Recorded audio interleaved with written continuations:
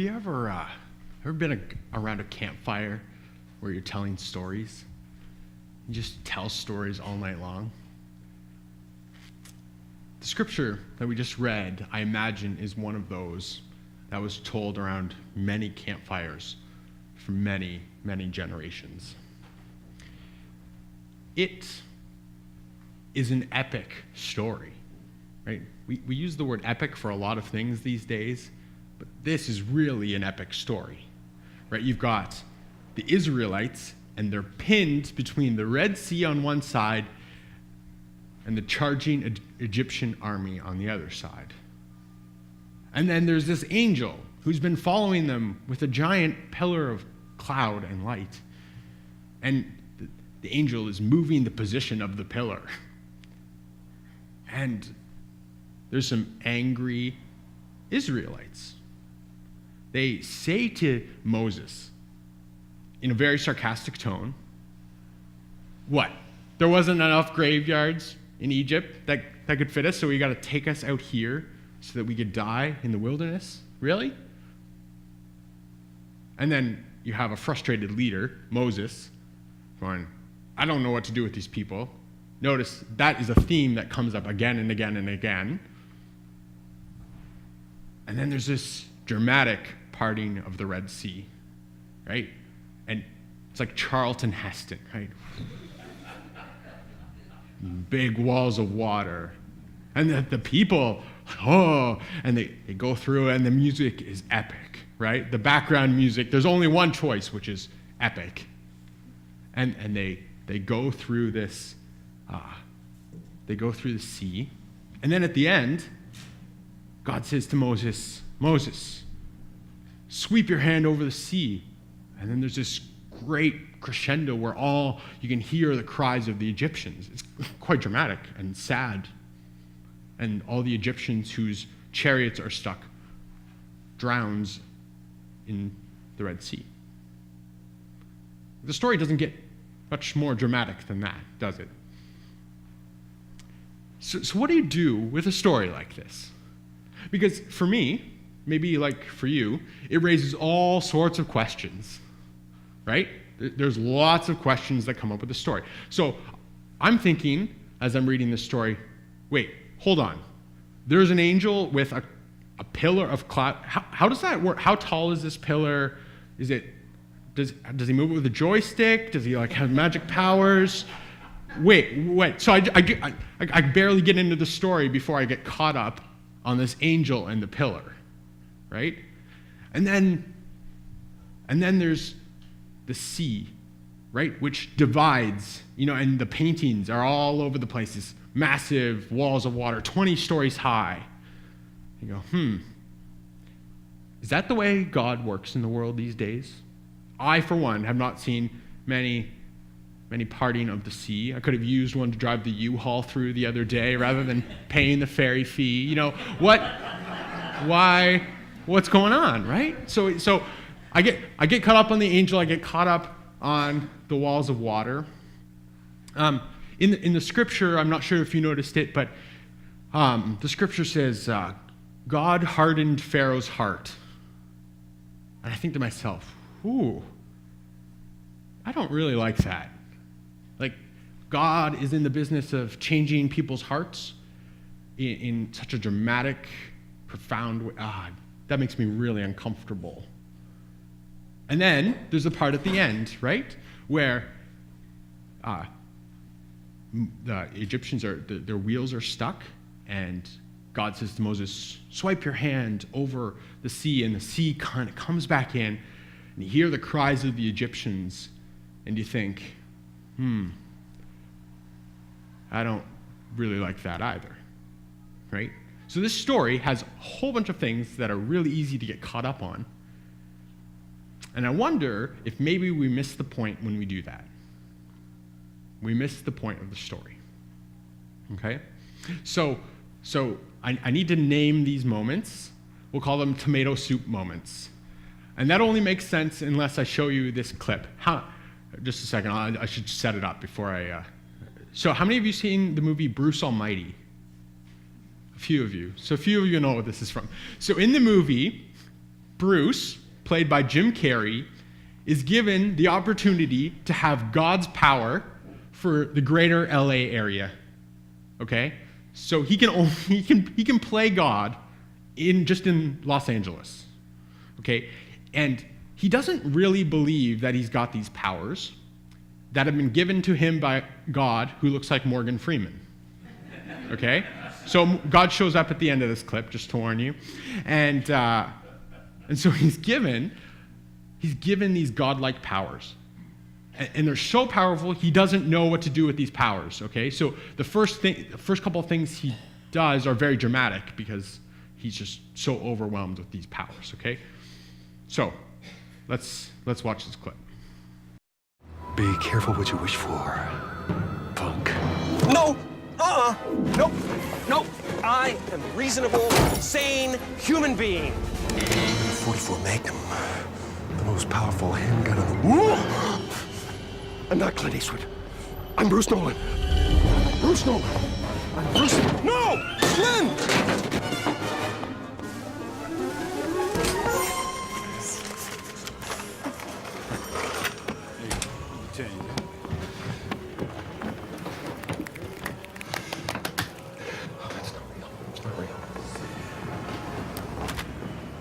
Coffee? Yeah. Coffee, yeah. We have a special on soup today. Oh, no, that's fine. Thank you. It's tomato. I made it myself. Okay.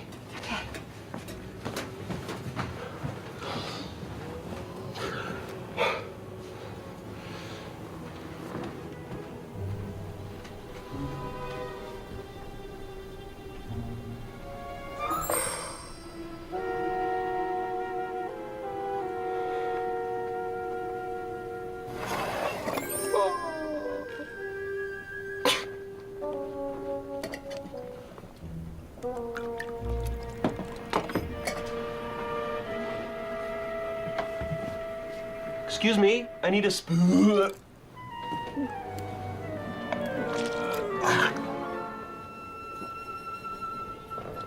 It's okay, I found one.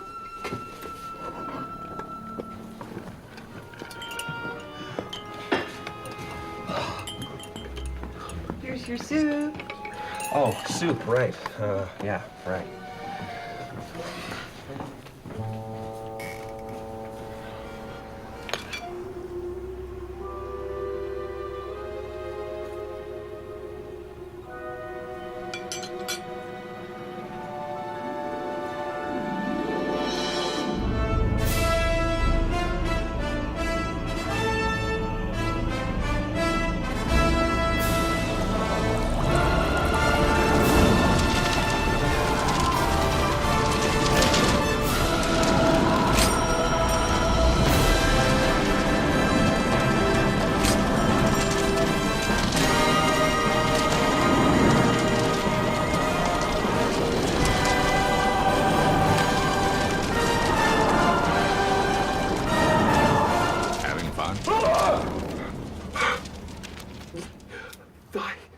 Okay.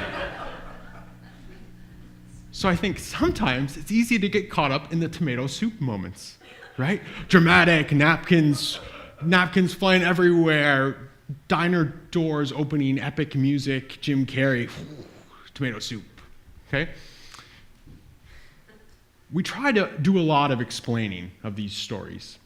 Scholars have tried to look at the story and said, well, if we go to this certain geographical area and if the tides were just right, combined with the wind, maybe there would have been enough room for them to cross. Maybe we're just missing the point.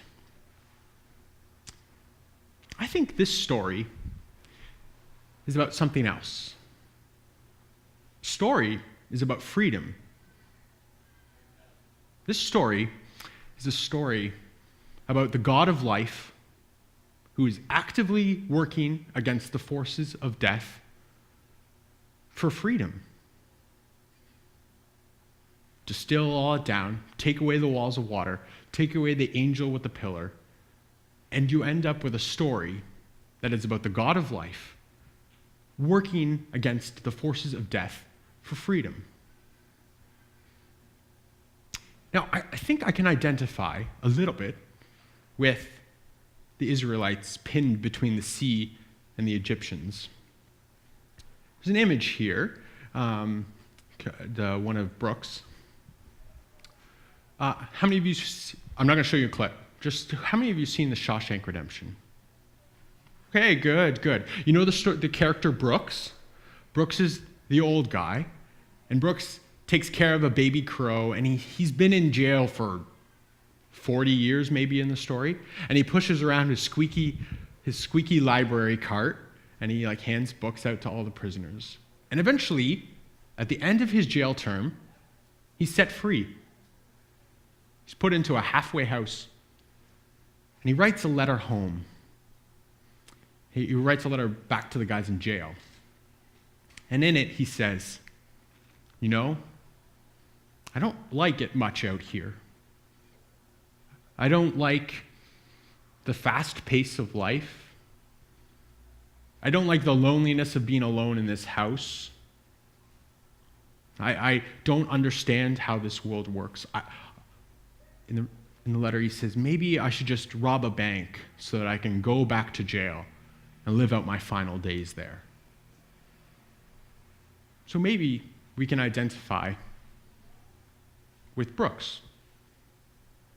There are 2 million Brooks at the edge of this sea saying, maybe it would just be better to go back to Egypt. I think God is a God of life, actively working against the forces of death for freedom. And maybe you need freedom from an oppressor now as well. Maybe your oppressor is a tape that plays again and again in your mind, telling you you're not good enough. You're not good looking enough. And it plays again and again and again. And it oppresses you, it pushes you down, it enslaves you. God is a God of life, actively working against the forces of death for freedom.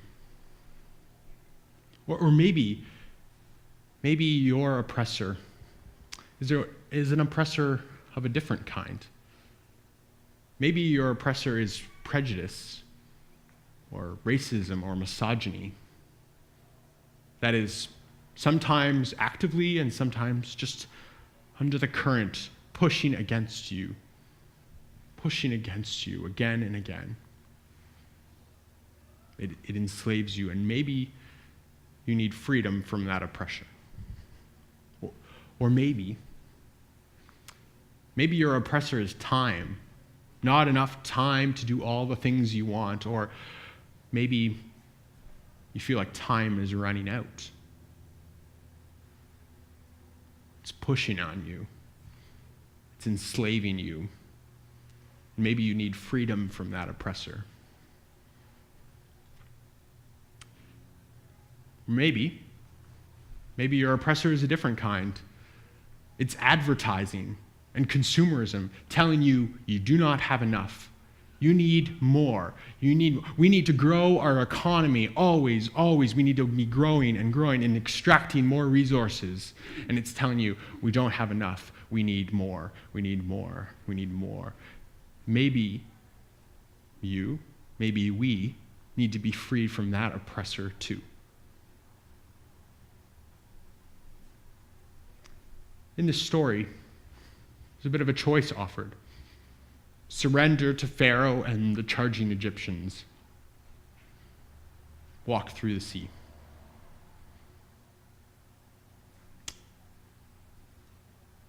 The choice is being offered all the time because God is a God of life, actively working against the forces of death for freedom. Thanks be to God.